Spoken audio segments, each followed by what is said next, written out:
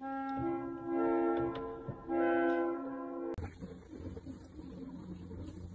ganda. Kata ganda merupakan satu proses pengulangan perkataan sama ada sepenuhnya atau separuh. Kata ganda terdiri daripada 4 jenis.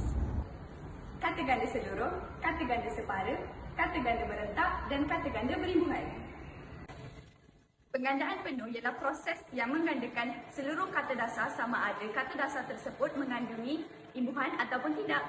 Contohnya, buku-buku, tinggi-tinggi, jalan-jalan. Kata ganda separa terbentuk apabila sebahagian daripada kata sahaja yang digandakan.